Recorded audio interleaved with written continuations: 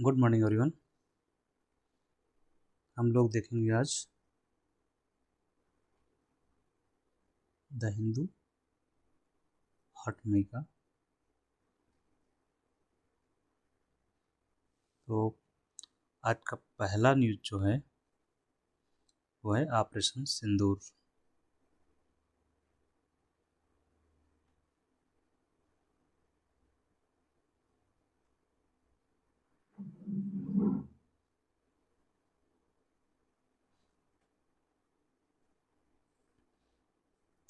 इसके बारे में आप लोग जानते होंगे, थोड़ा बहुत तो पढ़ाई होगा।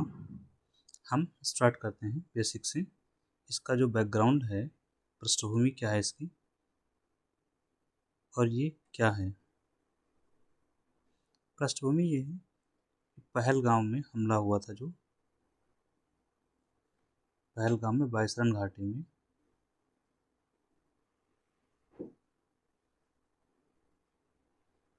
यहाँ पर जो टेररिस्ट के द्वारा हमला किया गया था, उसमें 26 लोगों की हत्या कर दी गई थी। 26 टूरिस्ट की। अभी एक हफ्ते पहले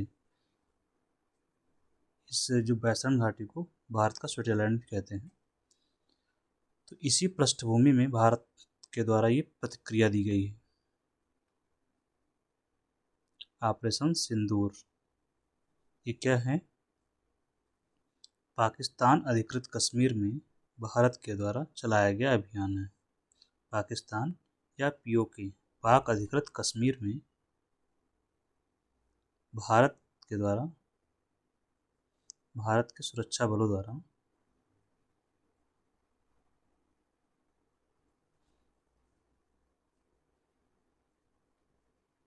भारत द्वारा चलाया गया अभियान।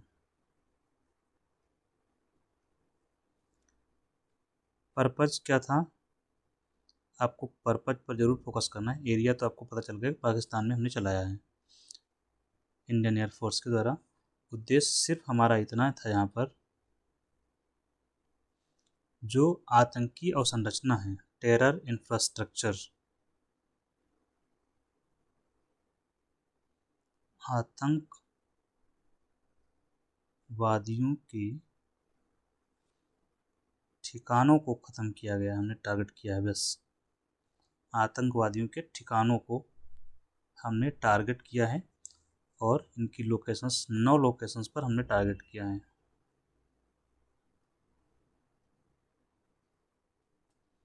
तो हमारा इम्पोर्टेंट है आतंकवादियों के ठिकानों पर, या टेरर इंफ्रास्ट्रक्चर इंग्लिश में लिखना चाहते हैं तो टेरर इंफ्रा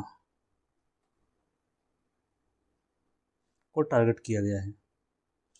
किस किस के टेरर कौन कौन से हैं? जैसे लश्कर ए तैयबा, LET, लश्कर ए तैयबा, जैश ए मोहम्मद, JEM, जैश ए मोहम्मद, और ये लश्कर ए तैयबा। इनके जो टारगेट्स थे, जहाँ पर ये लोग क्या करते थे, जहाँ ये लोग रिक्रूटमेंट करते हैं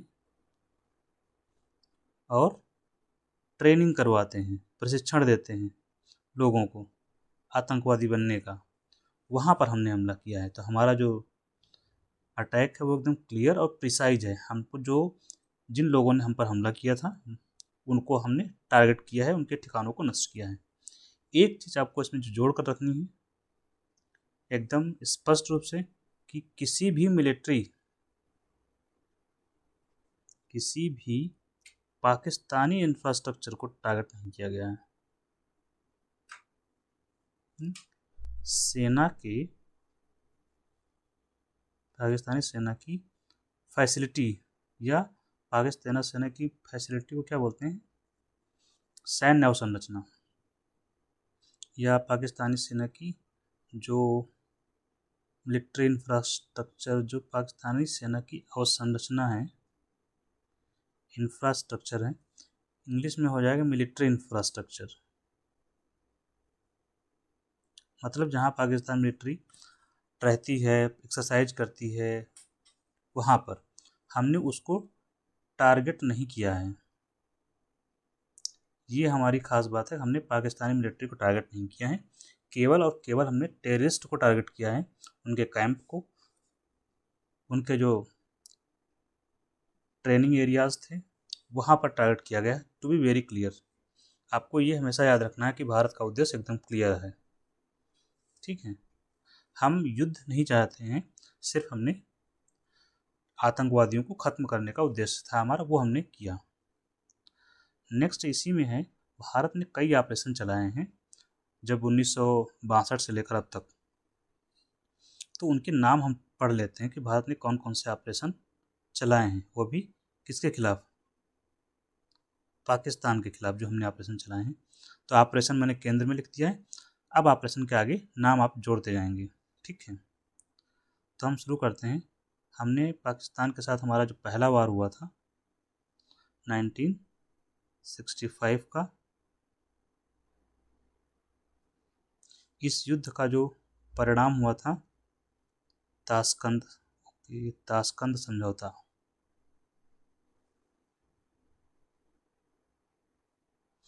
परिणाम था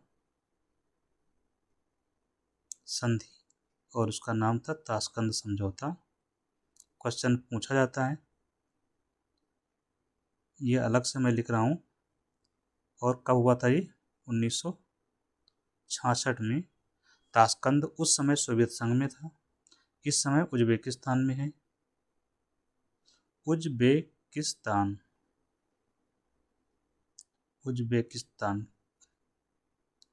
और उस समय मध्यस्थता की थी रूस ने। ये क्वेश्चन पूछा जाता है, ठीक। और इस पर हस्ताक्षर करने के लिए ताशकंद समझौते पर गए थे भारत की तरफ से, उस समय प्रधानमंत्री थे लाल बहादुर शास्त्री जी।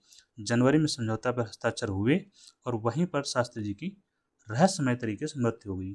तो क्वेश्चन यहाँ पर बहुत सारे पूछे जाते हैं, ठीक है। तो 1965 में हमने जो युद्ध हुआ था उसमें दो चीज़ें, हम दो अभियान चलाए थे। एक है operation riddle, RIDDLE, operation riddle. ये हमने चलाया था 1965 में ही। पाकिस्तान ने जो हमला किया था हम पर, पाक द्वारा जो हमला हुआ था हम पर, उसका नाम इन्होंने रखा था पाकिस्तानियों ने ऑपरेशन जिब्राल्टर। क्या नाम रखा था? Operation Gibraltar. इसी ऑपरेशन जिब्राल्टर का उत्तर देने के लिए हमने चलाया था ऑपरेशन रिडल, ठीक। एक और अभियान चलाया था 1965 में हम लोगों ने, ऑपरेशन अब्लेज, ABLAZE। ये भी पाकिस्तानियों के खिलाफ ही चलाया गया था बॉर्डर पर। तो याद रखना है कब चलाया हमने, बस। इसके बाद हमारा पाकिस्तान के साथ उलझाव हुआ वर्ष 1971 में, जिसका अंतिम परिणाम रहा शिमला समझौता।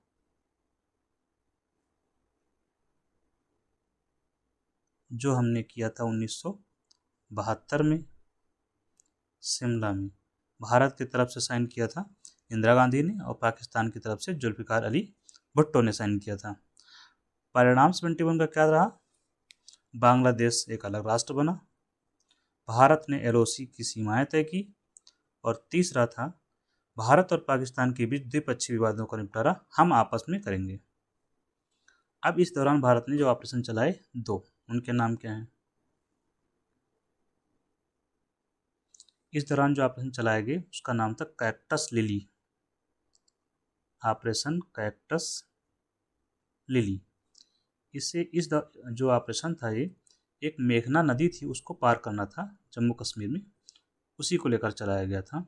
इसलिए इसको द मेघना हिली ब्रिज भी कहते हैं, द मेघना हेली ब्रिज ऑपरेशन भी कहा जाता है। और दूसरा हमने चलाया था 71 में, दो ऑपरेशन थे, Trident, operation Trident and operation Python. ये भी हमने इसी दौर में चलाए थे। इसके बाद हमारा उलझाव 1984 में होता है पाकिस्तान के द्वारा। 84 में करता क्या है पाकिस्तान? पाकिस्तान के द्वारा सियाचिन पर कब्जा का प्रयास किया जाता है। सियाचिन क्षेत्र में कैसे? पाकिस्तान ने सियाचिन को अपना क्षेत्र मानते हुए वहाँ पर विदेशी सैलानियों को टूरिस्ट की अनुमति दे दी, जिसका भारत ने पता चला और भारत ने उसका उत्तर दिया। उत्तर के क्रम में भारत ने जो चलाया था ऑपरेशन, उसका नाम था ऑपरेशन मेघदूत। ठीक। और भारत ने सियाचिन पर कब्जा कर लिया। सियाचिन एक ग्लेशियर है और लोकेशन भी है वहीं पर। इम्पोर्टेंट क्यों है इसके बारे में कहा जाता है कि सबसे ऊंचाई पर स्थित युद्ध क्षेत्र है सियाचिन, जहां भारत और पाकिस्तान की सेनाएं आपस में आमने सामने रही। 84 के बाद हमारा पाकिस्तान के साथ जो हुआ 1999 में, और 1999 में क्या हुआ था, कारगिल वार।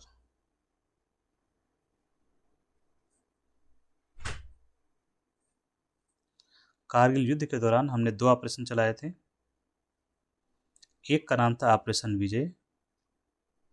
ऑपरेशन आप लोग आगे लिख लेंगे, मैं अब विजय विजय लिख रहा हूँ। और दूसरे का नाम था ऑपरेशन सफ़ेद सागर। ऑपरेशन सफ़ेद सागर जो था एयर स्ट्राइक का था, जो एयरफोर्स ने किया था। और ऑपरेशन विजय सामूहिक रूप से हमने कारगिल पर कब्जा करने के लिए किया था। कारगिल पर, और कर भी लिया हमने। तो 1999 का हो गया। अब हम पहुंचते हैं, एक अभी रिसेंट का अभ्यास है। 2019 में हमने चलाया था पाकिस्तान के खिलाफ बालाकोट एयर स्ट्राइक के नाम से, जिसको हम लोग जानते हैं। उस ऑपरेशन का नाम था ऑपरेशन बंदर, जिसे हम लोग बालाकोट एयर स्ट्राइक बोलते हैं, जिसमें हमने पाकिस्तान के बालाकोट में एयर स्ट्राइक की थी। और अभी हमने चलाया है ऑपरेशन सिंदूर। तो ये ऑपरेशन याद रखेंगे। यहाँ जो इम्पोर्टेंट है वो मैं आपको एक बार हाईलाइट कर दे रहा हूँ। 1965 में पाकिस्तान का ऑपरेशन जिब्राल्टर और भारत का ऑपरेशन रेडर। आप यहाँ पर ऑपरेशन अब्लेज भी याद रख सकते हैं, क्योंकि नए नए चीज़ें पूछी जा रही हैं आजकल। कैक्टस लिली चलो ठीक है, इंपॉर्टेंट नहीं हो सकता है, बट ट्राइडेंट और पाइथन में से याद रखेंगे। सबसे ज़्यादा यहाँ जो याद रखना है आपको, शिमला समझौता याद रखना है। इसका ईयर याद रखा है। इस पर हस्ताक्षर जो इंदिरा गांधी और जुल्फिकार अली भुट्टो ने किया था वो याद रखना है। ताशकंद समझौता याद ही रखना है, 1966 का है, शास्त्री जी और अयूब खान के बीच हुआ था। ऑपरेशन मेघदूत आप याद रखेंगे, 100% याद रखना है बिना भूले हुए। सियाचिन भी याद रखना है। कारगिल वार का ऑपरेशन विजय और सफ़ेद सागर याद ही रखना है। इस समय का सिंदूर याद रखेंगे और ऑपरेशन बंदर भी याद ही रखेंगे। ठीक है। 84 में प्राइम मिनिस्टर थी इंदिरा गांधी, अगर आपको यहाँ पर सियाचिन वाला जो हमला हुआ था।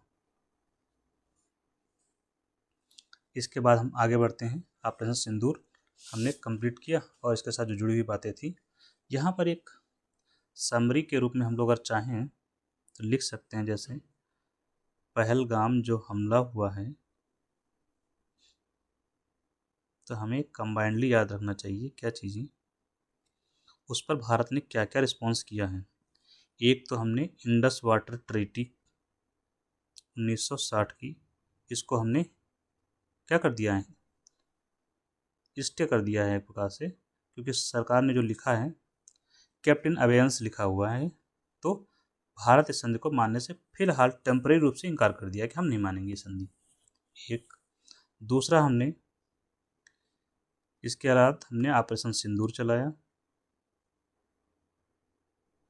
जो अंदर घुसकर हमने मारा पाकिस्तान के और पीओके में।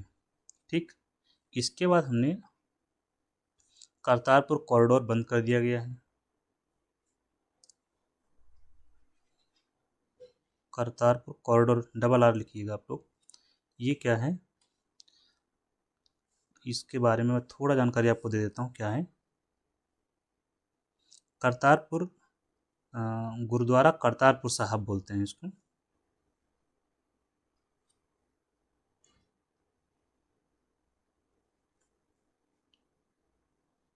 गुरुद्वारा करतारपुर साहिब। और भारत में एक है डेरा बाबा नानक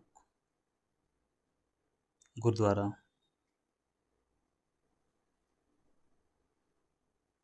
ये है भारत में, ये है पाकिस्तान में। इन्हीं को लिंक किया गया था एक मार्ग के द्वारा, रोड के माध्यम से। इसी रोड का नाम रखा गया था करतारपुर कॉरिडोर। फ़ायदा क्या था, भारत के लोग इस यहाँ से दर्शन के लिए जाते थे। सिख समुदाय के लोग, या सभी धर्मों के लिए खोला गया था, इसीलिए 2019 में खोला गया था। तो फ़ायदा क्या था कि बिना वीज़ा के आप यहाँ जा सकते हैं। वीज़ा की ज़रूरत नहीं थी यहाँ पर, वीज़ा फ्री था। डेली 5,000 लोगों को अनुमति थी, 5,000 पर डे जा सकते हैं। तो वीज़ा फ्री था, और वर्ष में कभी भी जाइए, round the year. Round the year का मतलब वर्ष में कभी भी जाइए, साल भर, इसका हिंदी मतलब हुआ। तो इस गुरुद्वारा जो कॉरिडोर था, इसको भारत ने अपनी तरफ से बंद कर दिया है। ठीक, तो ये इसके अलावा आज न्यूज़ में है OTT प्लेटफॉर्म्स जो होते हैं। OTT का फुल फॉर्म आप लोग जानते होंगे, ऑन दी टॉप। इनके ऊपर OTT प्लेटफॉर्म जैसे आप लोग जानते होंगे डिज्नी हॉटस्टार है, ठीक है। इसके अलावा रिलायंस जियो का है, एयरटेल एक्सट्रीम है, ये सब क्या हैं, OTT प्लेटफॉर्म्स हैं। इन पर जो पाकिस्तानी कंटेंट था उसको हटाने के लिए आदेश दे दिया गया है। पाकिस्तानी कंटेंट मतलब पाकिस्तान से जुड़ा हुआ कुछ चीज़ें, जैसे जिनकी ओरिजिन पाकिस्तान में होती है, ऐसा नहीं जिसमें पाकिस्तान का नाम लिया गया है, जो पाकिस्तान से उत्पत्ति है जिनकी, क्योंकि इसका रेवेन्यू उनको मिलता है, उस कंटेंट को हटाने का आदेश दिया गया है सरकार के द्वारा। जैसे वहाँ की मूवीज़ हैं, वहाँ के द्वारा बनाए गए सॉन्ग्स हैं।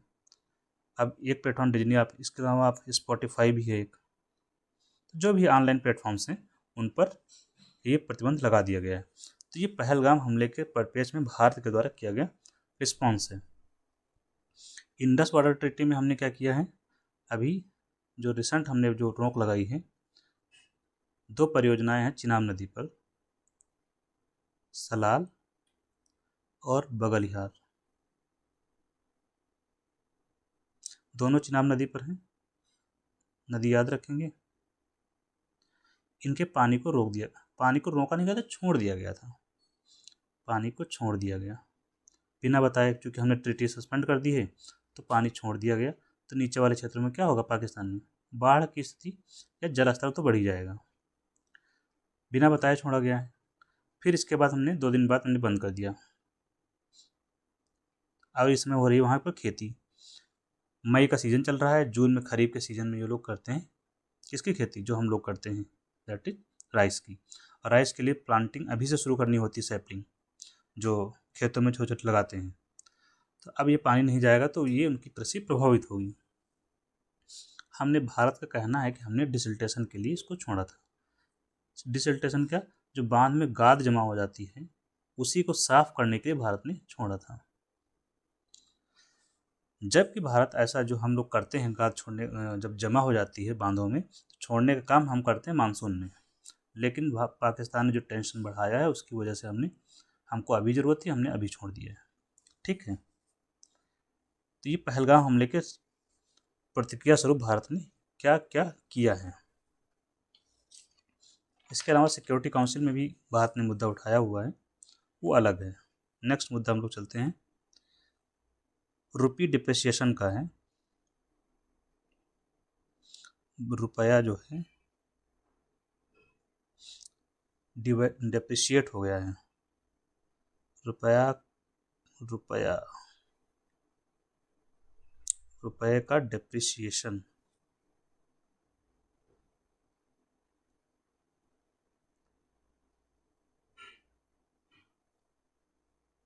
हम यहाँ पर 40 पैसे का डिप्रिसिएशन हुआ है। हम पैसे यहाँ नहीं बताने वाले हैं, हमारा मुद्दा है डिप्रिसिएशन क्या होता है। डेप्रिसिएशन और अप्रिसिएशन दो चीज़ें होती हैं।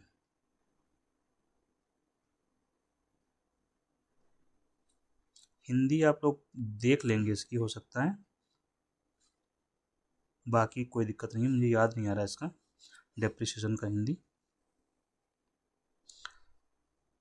डेप्रिसिएशन क्या होता है?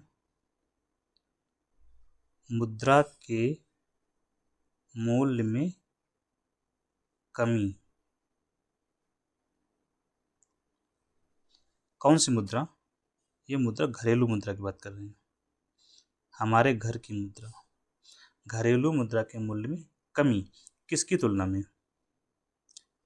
विदेशी मुद्रा की, क्योंकि कोई तो कंपैरिजन होना चाहिए ना, विदेशी मुद्रा की तुलना में।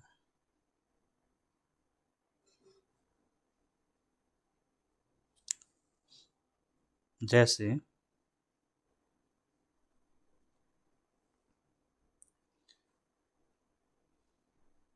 सामान्य चल रहा था कुछ, 1 डॉलर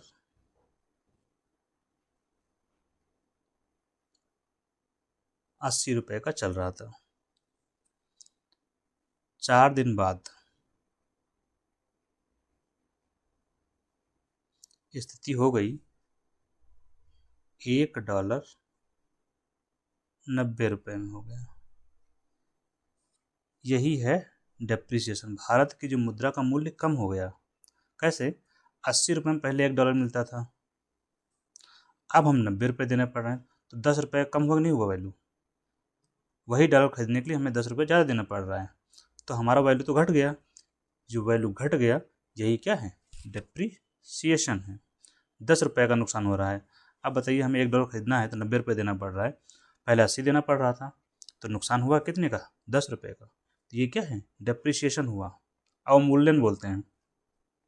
ठीक है, लेकिन यहाँ एक बात याद रखनी है आपको, ये जो अवमूल्यन होता है, ये बाजार की फोर्सेस के कारण होता है,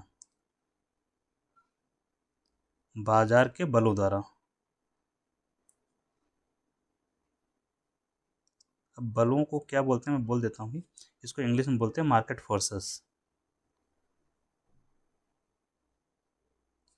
मार्केट फोर्सेस का मतलब सिर्फ इतना ही होता है, सप्लाई एंड डिमांड।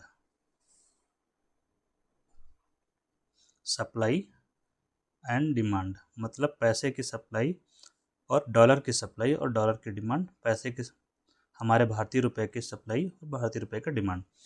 इसी के आधार पर इसमें मूल्यों में उतार और चढ़ाव होता है, तो इसी वजह से होता है डेप्रिसिएशन।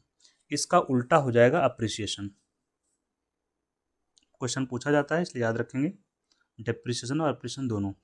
यहाँ पर कमी के बजाय क्या हो जाएगी? मुद्रा के मूल्य में वृद्धि विदेशी मुद्रा की तुलना में सेम है, एकदम सेम, कोई इसमें अंतर नहीं है।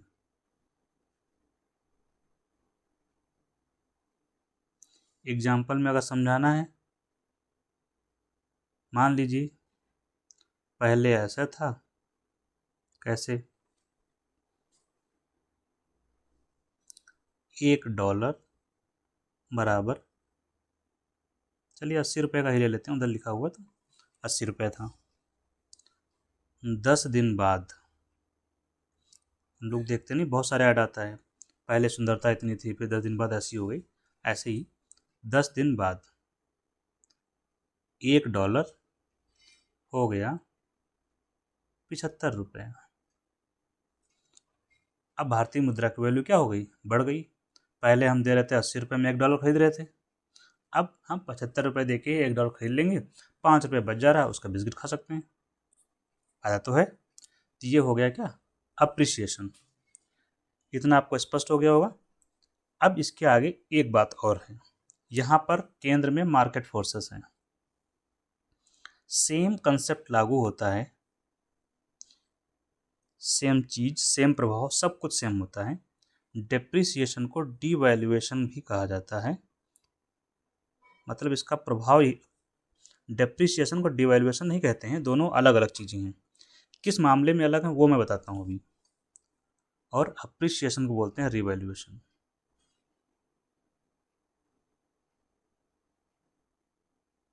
ठीक।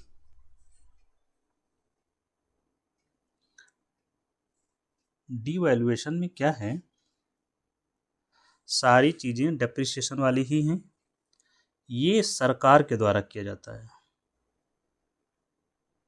सरकारी हस्तक्षेप से होता है काम, वही डेप्रिसिएशन का ही होगा। ये चीन खूब करता है सरकारी हस्तक्षेप द्वारा। और सरकारी हस्तक्षेप में कौन सरकार हस्तक्षेप करती है, सरकार की संस्था करती है। सरकार की संस्था जो होती है केंद्रीय बैंक,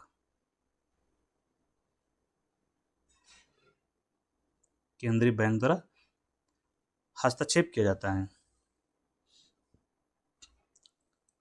यहाँ पर जो डेप्रिसिएशन हम लोग देख रहे हैं, वहाँ पर देख रहे हैं मार्केट फोर्सेस के द्वारा निर्धारण होता है, बाजार के बलों द्वारा निर्धारण होता है मुद्रा के मूल्य का।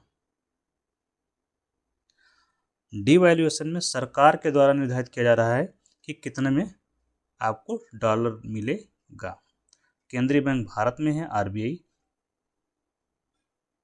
बाकी देशों का केंद्रीय बैंक जो भी हो। इसका मुख्य रूप से एग्जाम्पल आप चाइना को देख सकते हैं, जो फ्रीक्वेंटली करता रहता है। काम वही है जो ऊपर में लिखा, वही मुद्रा का अवमूल्यन करना, मुद्रा की मूल्य में घटोतरी हो जाती है, इससे मूल्य में घटोतरी सेम विदेशी मुद्रा की तुलना में। लेकिन यहाँ सरकार करती है। कैसे करती है, पैसे की सप्लाई बढ़ाकर, घटाकर, या डॉलर की सप्लाई घटाकर या बढ़ाकर। ठीक है। तो रिवैल्यूएशन वैसे ही जैसे कि अप्रिसिएशन है, यहाँ पर सिर्फ सरकारी हस्तक्षेप होता है। सरकारी हस्तक्षेप आपको कभी कभी मिलेगा केंद्रीय बैंक द्वारा हस्तक्षेप, हो सकता है मिले राज्य के द्वारा हस्तक्षेप। सारी बातें एक जैसी हैं। राज्य का मतलब ही होता है सरकार, और सरकार के अंदर होता है केंद्रीय बैंक। तो सारी बातें एक जैसी हैं, कभी कन्फ्यूजन नहीं होना चाहिए। इसका प्रभाव क्या होता है, क्यों करते हैं, अभी हम डिटेल में डिस्कस नहीं करेंगे। ठीक है, क्योंकि टॉपिक काफ़ी लंबा हो जाएगा यहाँ पे। नेक्स्ट है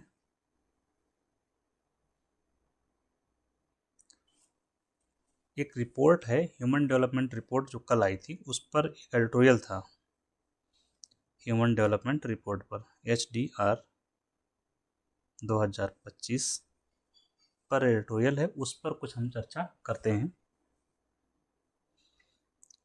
ह्यूमन डेवलपमेंट रिपोर्ट जो आई है, जारी किया है UNDP ने, यूनाइटेड नेशंस डेवलपमेंट प्रोग्राम। कब से जारी कर रहा है, 1990 से। ह्यूमन डेवलपमेंट रिपोर्ट में ह्यूमन डेवलपमेंट इंडेक्स की बात हम कर रहे हैं, HDI की। और इसको बनाया किसने था, महबूब उल हक और अमर्त्य सेन। महबूब, कल हमने चर्चा इसकी की थी, मैं फिर से बता दे रहा हूँ, फिर से सुनने में कोई दिक्कत नहीं, याद करना है। ठीक है, महबूब उल हक, दूसरा कौन था, ये पाकिस्तान के थे, और दूसरे भारतीय कौन थे, अमर्त्य सेन। ये क्वेश्चन आता है, याद रखेंगे। पब्लिश हो रहा है 1990 से। इस बार जो रिपोर्ट आई है उसका थीम क्या था, थीम या टाइटल, शीर्षक इंग्लिश में ही लिख रहा हूँ फिर से मैं, अ मैटर ऑफ चॉइस,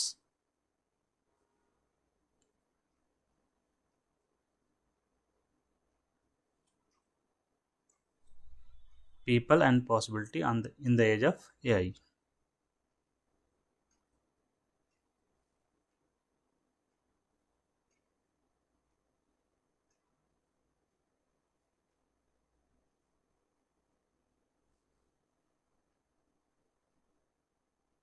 ठीक, इसमें चर्चा क्या की गई है ये हम देखते हैं। ह्यूमन डेवलपमेंट इंडेक्स, इसके लिए 3 पैरामीटर हैं। कौन कौन से, पहला है आपका, चलिए शिक्षा ही ले लेते हैं, दूसरा है आपका स्वास्थ्य, और तीसरा पैरामीटर है। 3 पैरामीटर के आधार पर, संकेतकों के आधार पर ह्यूमन डेवलपमेंट इंडेक्स तय किया जाता है। तीसरा है प्रति व्यक्ति आय। बहुत पूछा जाता है ये तीनों चीज़ें, इनमें कौन शामिल है कौन शामिल नहीं है। इसका फुल फॉर्म मैं लिख देता हूँ, मानव विकास सूचकांक, ह्यूमन डेवलपमेंट इंडेक्स, हिंदी में मानव विकास सूचकांक।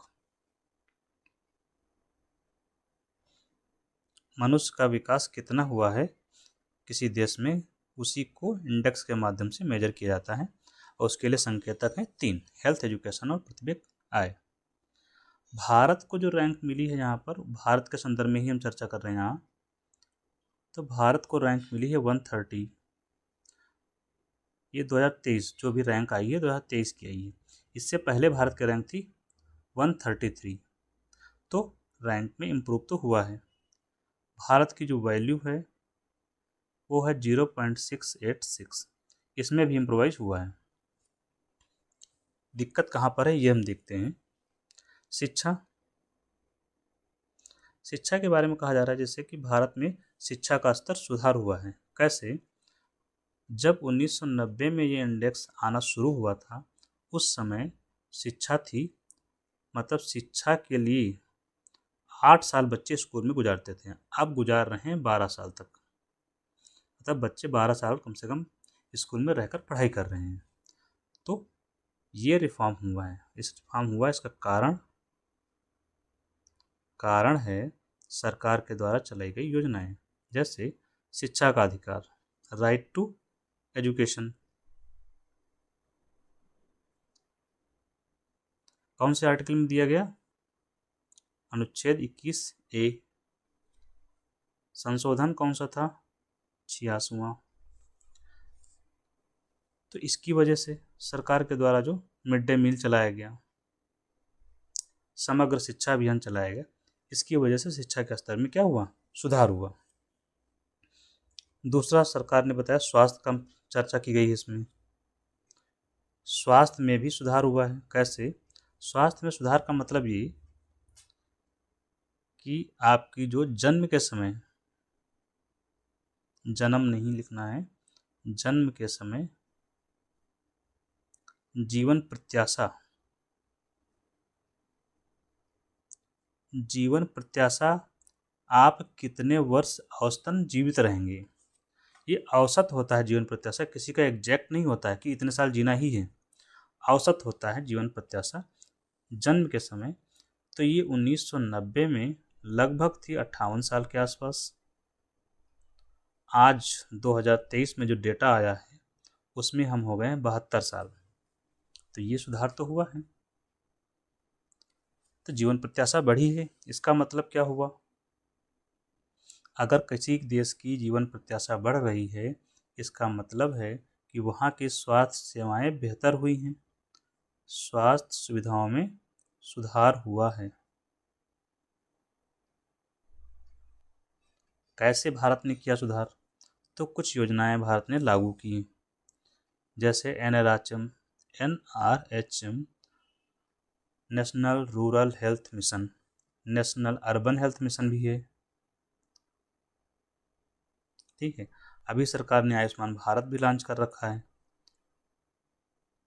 तो इन सब चीज़ों से आयुष्मान भारत में सरकार ने कितना कवरेज दे रखा है? 5 लाख का मेडिकल इंश्योरेंस का कवर है, 5 लाख एक परिवार का 1 साल के लिए, जो आर्थिक रूप से पिछड़े हुए हैं।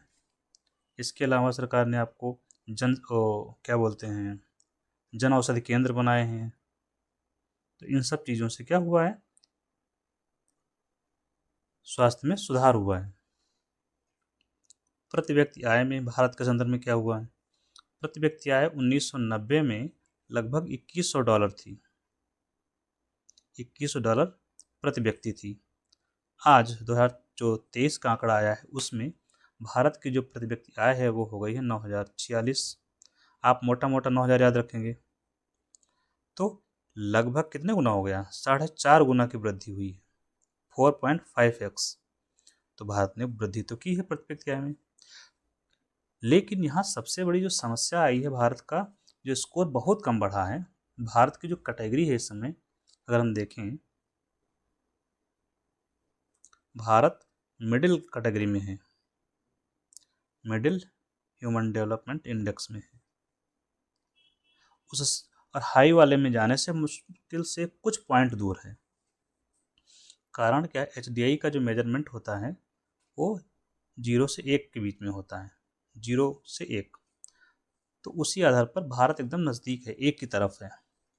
लेकिन इसमें बाधा क्या है, आपको जो याद रखना है यहाँ पर, क्यों भारत नहीं पहुँच पा रहा है ऊपर। बाधा है अनइक्वलिटी। इनइक्वलिटी, अनइक्वलिटी नहीं होगा, इनइक्वलिटी, असमानता। किस क्षेत्र में? इसमें बताया गया है कि असमानता 2 मामलों में है। पहला है आय में विषमता, या आय के वितरण में असमानता लिख लीजिए, या आय में विषमता। एक ये रीजन है, मतलब ये कि जो गरीब है वो और गरीब हो जा रहा है, और जो अमीर है वो और अमीर हो रहा है। तो सभी लोगों को आय का हिस्सा नहीं मिल पा रहा है। मतलब देश की GDP तो बढ़ी है, देश में पैसा भी आया है, लेकिन गरीब को पैसा नहीं मिल पा रहा है। ठीक है, तो भारत में आय का वितरण क्या है, असमान है। और जब आय का वितरण असमान होता है तो जो गरीब है उसके बच्चे होंगे, बच्चे में गर्ल्स बॉयज दोनों शामिल हैं, उनको शिक्षा क्या नहीं होगी, नहीं मिल पाएगी। शिक्षा, स्वास्थ्य की स्थिति क्या होगी, इनकी खराब होगी। और जब शिक्षा नहीं मिलेगी तो शिक्षा वाला जो हमारा पैरामीटर है वो क्या होगा, वो डाउन हो गया है। अगर इसको हम अप कर लें तो हमारा जो परफॉर्मेंस है भारत का बेहतर हो जाएगा। तो गरीबी से जुड़ी हुई है शिक्षा। दूसरी बाधा यहाँ पर जो बताई गई है, एक तो असमानता हो गई आय में, बाधा में नहीं लिखते हैं, असमानता में लिखेंगे। जेंडर इनइक्वालिटी, लिंग असमानता, इन दोनों ने 30% डाउन कर दिया है भारत का स्कोर।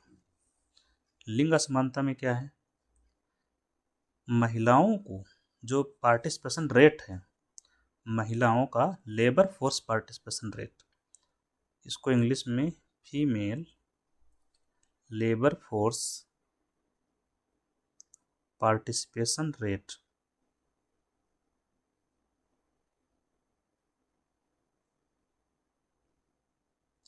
(41.7% है इकोनॉमिक सर्वे 24-25 के हिसाब से।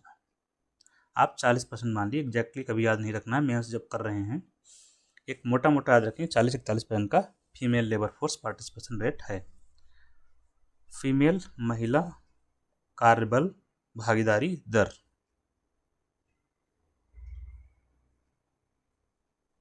लेबर फोर्स कार्यबल भागीदारी दर, ये बहुत कम है, 41.7%। इसको हमें बढ़ाना चाहिए। अगर ये बढ़ जाए तब भारत का पैरामीटर क्या होगा, उसमें ह्यूमन डेवलपमेंट इंडेक्स में बढ़ जाएगा।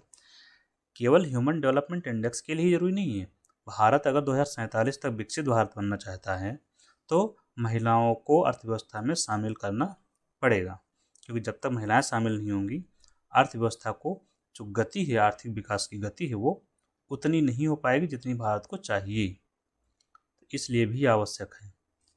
तो ह्यूमन डेवलपमेंट इंडेक्स के लिए भी और यहाँ के लिए भी आवश्यक है। ठीक, दूसरा यहाँ इशू है पॉलिटिकल रिप्रेजेंटेशन, राजनैतिक प्रतिनिधित्व बहुत कम है। ये भी बढ़ जाए, मतलब मेन फोकस इन्हीं तीनों पर, 3 चीज़ों पर है। कैसे, अभी देखिए सरकार ने पास किया है 1/3 आरक्षण महिलाओं के लिए।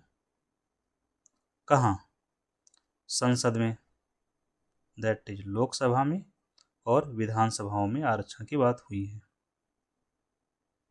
लेकिन अभी लागू नहीं किया गया। कब लागू होगा पता नहीं। सरकार कह रही है कि अभी जो जनगणना होगी उसके बाद लागू हो जाएगा, लेकिन होगा तब होगा, अभी फिलहाल नहीं है। तो ये आरक्षण अगर लागू हो जाता है तब भारत का ड्रेस्टिक भारत में सुधार होगा, कम से कम जेंडर इक्वलिटी के मामले में।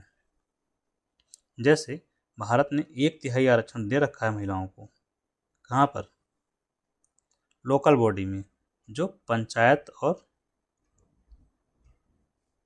नगर पंचायत और नगर निकाय, यहाँ पर जो भी होती हैं चुनाव, वहाँ पर महिलाओं को 1/3 आरक्षण प्राप्त है।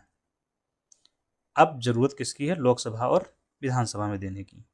तो ये अगर इशू सॉर्ट आउट हो जाए, तब भारत का विकास का भी रास्ता प्रशस्त होगा, आर्थिक विकास का मार्ग भी प्रशस्त होगा, और ह्यूमन डेवलपमेंट इंडेक्स, क्योंकि जब ह्यूमन जो है सशक्त होगा, मानव, चाहे महिला हो या पुरुष हो, तभी देश आगे बढ़ेगा।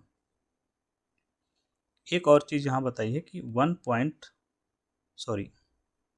13.5 करोड़ लोग multi dimensional poverty index MPI से बाहर आए हैं। कब से कब तक? 2015 से लेकर 21 तक। 15, 16, 21, 20 था, तो आप 15 से 21 तक मान लीजिए, ये पीरियड था। एजुकेशन जो मामला है यहाँ पर, एक अगर लिखते हैं शिक्षा, तो जो वंचित वर्ग है उसको शिक्षा नहीं मिल पा रही है, क्योंकि उसके पास बच्चों की पहुँच ही नहीं है स्कूल तक। वंचित वर्ग कौन सा है? जो गरीब है। वंचित हमेशा याद रखेंगे, केवल गरीब ही नहीं आता, और भी वर्ग हैं इसमें। तो जो वंचित वर्ग है, जैसे जो गरीब है, आर्थिक रूप से पैसा नहीं है, SC और ST समुदाय है, ठीक है, महिलाएं हैं, ठीक, इसके अलावा जो दिव्यांग लोग हैं, जिनको हम लोग अपंग बोला जाता है समझाने के लिए, लेकिन उनके लिए अच्छा शब्द है दिव्यांग, ठीक है। इसके अलावा आपका जो थर्ड जेंडर है, थर्ड जेंडर को क्या बोलते हैं? LGBT समुदाय जो इसमें आता है वो इसी में आएगा, LGBTQ, ठीक है। तो ये सब इस आपके वंचित वर्ग हैं, ठीक है, जिसका एजुकेशन से लेना देना है उसको जोड़ देंगे। तो ये हमारा एडिटोरियल भी खत्म होता है, जो SDR पर था, एनालिसिस बेस्ड था, ठीक है।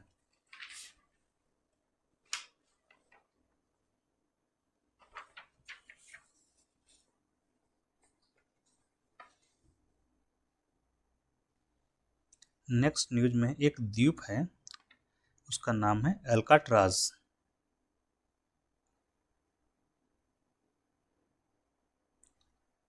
एल्का या अल्का, इंग्लिश में नाम याद रखेंगे। इसको खोलने की बात हुई है। ये अमेरिका का द्वीप है जो सैन फ्रांसिस्को के पास में है। यहाँ पर एक जेल है, बहुत ही, सैन फ्रांसिस्को लिखिएगा, ठीक है, सैन फ्रांसिस्को के पास में है। यहाँ पर एक जेल थी जो बहुत ही कुख्यात जेल थी। ये चर्चा में आया है, इसलिए मैं बता दे रहा हूँ आपको, आप याद रखेंगे, हो सकता है पूछ लिया जाए, ठीक है। अब इसी के साथ हम लोग ख़त्म करते हैं। एक एडिटोरियल और भी है, चलिए उसकी भी चर्चा कर ही लेते हैं, 10-5 मिनट और लगेगा। वो एडिटोरियल भारत अमेरिका संबंध पर है।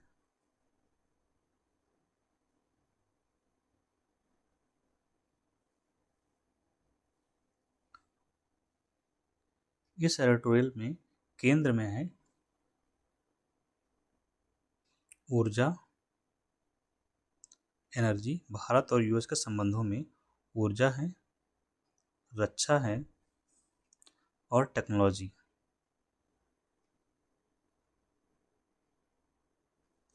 और इन तीनों चीज़ों के लिए हमें चाहिए रेयर अर्थ मिनरल्स,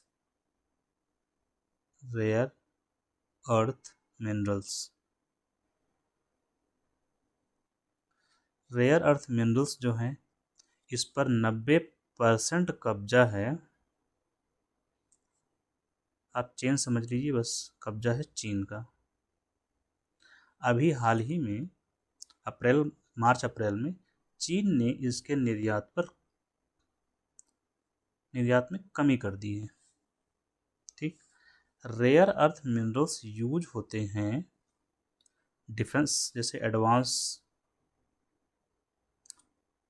रक्षा उपकरण बनाना चाहते हैं। एडवांस रक्षा उपकरण का मतलब क्या? आप एयर फाइटर जेट बनाना हैं, रडार बना रहे हैं, एयरक्राफ्ट बना रहे हैं, सब में ज़रूरत पड़ने वाली है। इलेक्ट्रॉनिक सिस्टम बना रहे हैं, इलेक्ट्रॉनिक्स इक्विपमेंट एडवांस वाले अगर बनाने हैं, मोबाइल टीवी जो कुछ बनाना चाहते हैं सब में ज़रूरत पड़ेगी। सबसे ज़्यादा हमारे लिए दिक्कत है जो रक्षा उपकरण है वहाँ पर। और नई नई जो टेक्नोलॉजी आ रही हैं वहाँ पर इनकी बहुत ज़रूरत है। नई टेक्नोलॉजी में जैसे कि नवीकरणीय ऊर्जा के क्षेत्र में सोलर पैनल वगैरह है, इसके अलावा जो बन रही हैं टेक्नोलॉजी वहाँ पर, तो ये रेयर अर्थ मिनरल्स बहुत इंपॉर्टेंट हो गए हैं।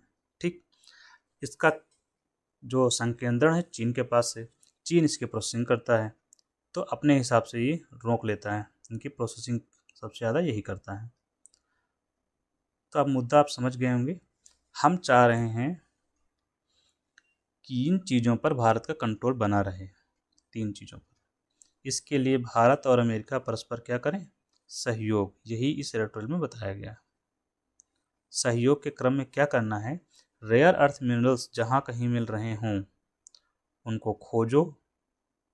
खोजा जाए और उनका प्रोसेसिंग किया जाए। क्षेत्र बताए हैं, जैसे अफ्रीका है, दक्षिण अमेरिका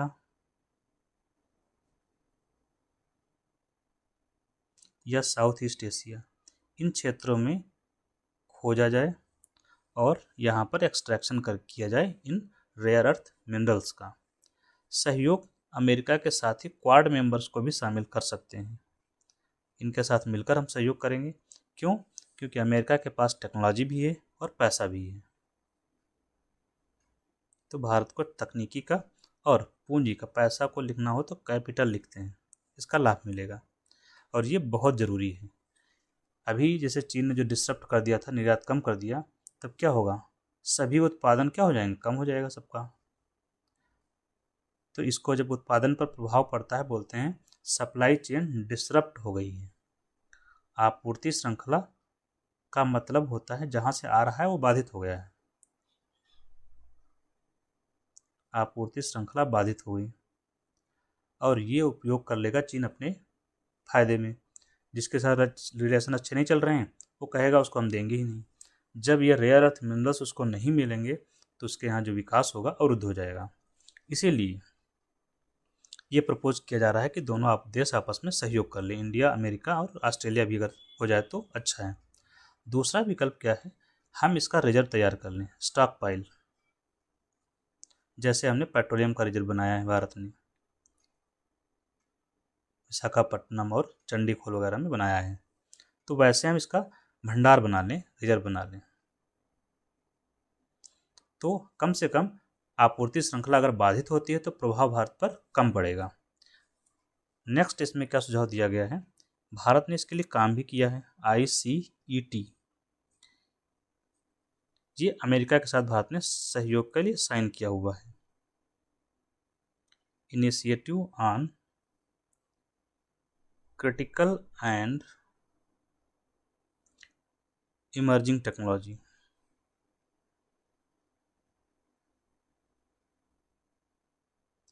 टेक्नोलॉजी, LOGY, ठीक है। ये भारत और अमेरिका के बीच हुआ है।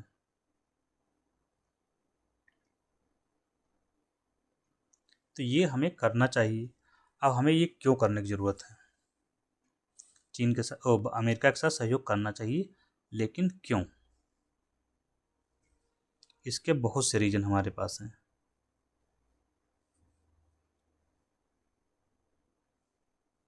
क्यों? इसलिए भारत ने टारगेट सेट कर रखे हैं 2030 के। क्यों? यहाँ पर केंद्र में है सुरक्षा ऊर्जा, विशेष फोकस ऊर्जा पर है, ठीक है, एनर्जी पर। 2030 तक टारगेट क्या है भारत का? 500 गीगावाट नवीकरणीय ऊर्जा से निकालेंगे, बनाएंगे। ठीक। तो नवीकरणीय ऊर्जा के लिए, टेक्नोलॉजी के लिए रेयर अर्थ मिनरल्स चाहिए कि नहीं चाहिए? चाहिए। तो प्रभावित होगा कि नहीं होगा? होगा। दूसरा, हमने कहा है 40% ऊर्जा निकालेंगे और जो है भारत बनाएगा 2030 तक गैर जीवाश्म ऊर्जा ईंधन से। तो इसके लिए भी चाहिए। गैर जीवाश्म ईंधन से बनाना है तो यहाँ पर आपका इम्पोर्टेंट क्या जाता है? नाभिकीय रिएक्टर।